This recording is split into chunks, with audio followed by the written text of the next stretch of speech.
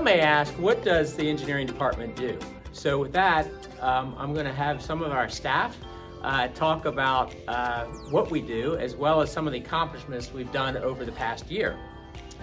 Our staff consists of approximately 11 people and consists of engineers, engineering specialists, environmental specialists, and inspectors. Part of our responsibilities that we have is that we do site plan review for private and public projects, minor and major. We've done over about 100 of those site plan reviews. In addition, we do design. We do design for utilities and public infrastructure. We manage the stormwater program for the city, which Susie is going to talk to you a little bit further about that. We also manage and oversee CIP projects for transportation, stormwater management, land development, and general civil. We assist other departments with engineering guidance, and we are excited and passionate about what we do. With that, I'm going to leave it to staff to present some of our projects and some of the exciting things that they do. Thank you.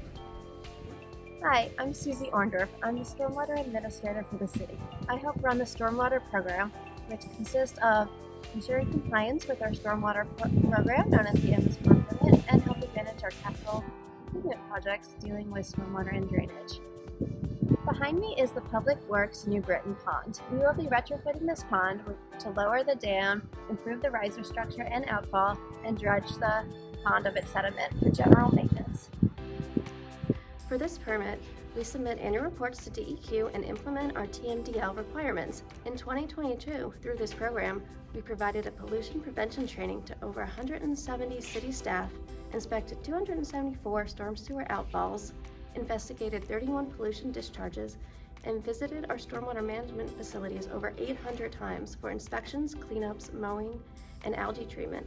In addition, we assessed 40 citizen drainage complaints that involved researching ownership, assigning responsibility, and designing cost-effective construction improvements as needed. Current projects in the planning or design phase include 2 stream restorations at Liberia House and Round Elementary, and 3 pond retrofits at Euclid Sills, Round Elementary, and the New Britain Public Works Pond. For Lucasville, we are performing necessary maintenance and adding a sediment forebay, wetland cell, and aquatic bench for TMDL credits.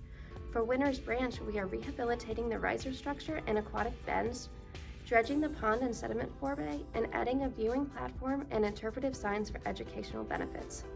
City engineers propose or review design solutions and perform stormwater management reviews, which John Keenan will now discuss.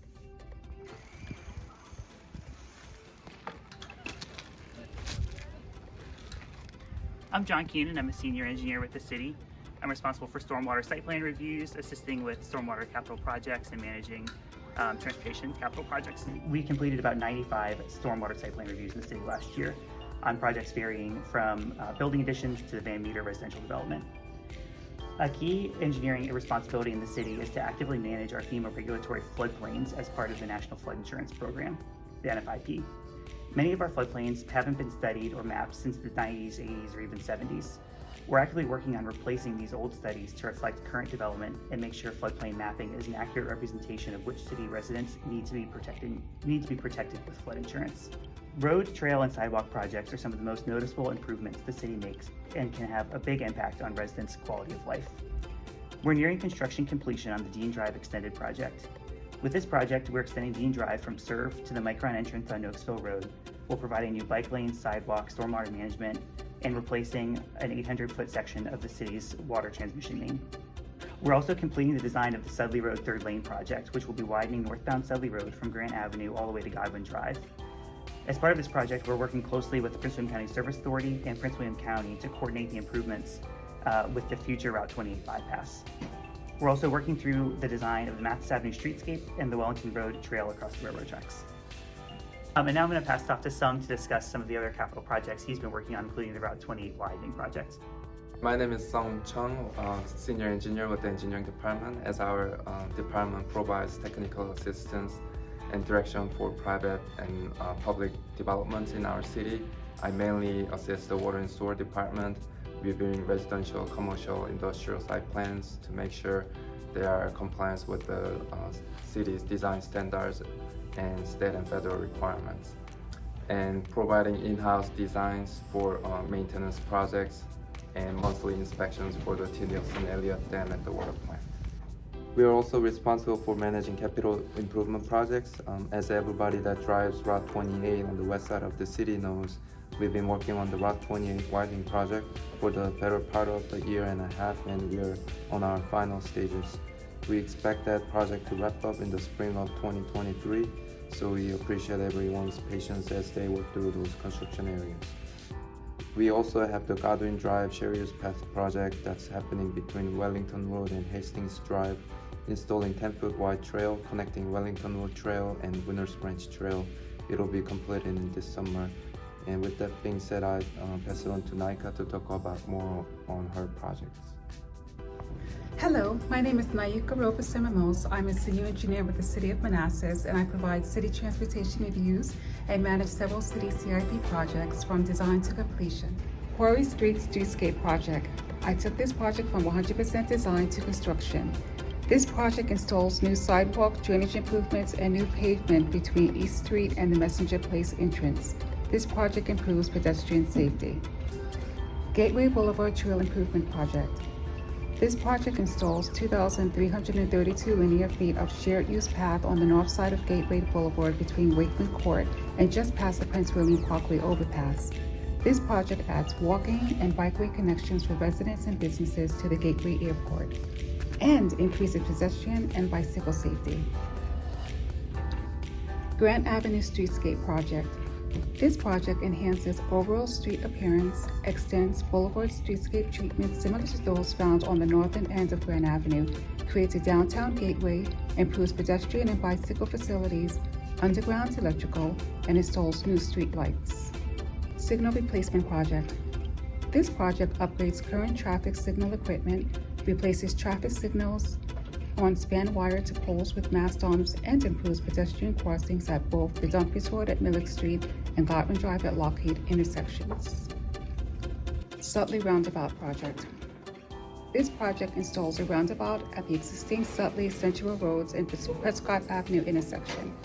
The proposed roundabout will reduce traffic congestion, improve operational performance and efficiency, increase pedestrian safety, reduce vehicle speeds, improve street lighting, creates a downtown gateway, and is in line with the city TMP and CIP comprehensive plan.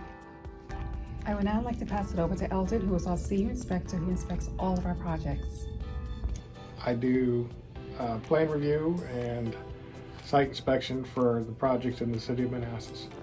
On the projects that I look at, I review the approved plans, make sure that all the materials that we're looking at match the approved plans. We're looking at Jefferson Square.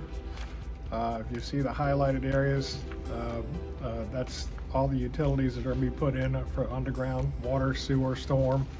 Notice the water line, the bedding, the trench, the new valve. Backfill process, we always make sure that we check compaction. Once we have all the utilities or appurtenances in, we go through a testing process. This particular test here is for the sanitary manholes.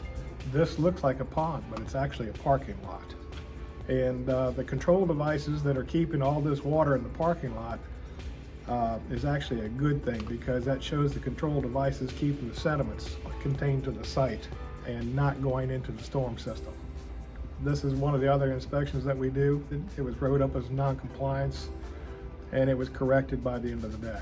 This particular one is, if you notice, it has a board behind it, and the gap between the curb, you can still see the water going behind the protection device. So we want to make sure that all this is covered before any storm events or any type of sediments get to this point.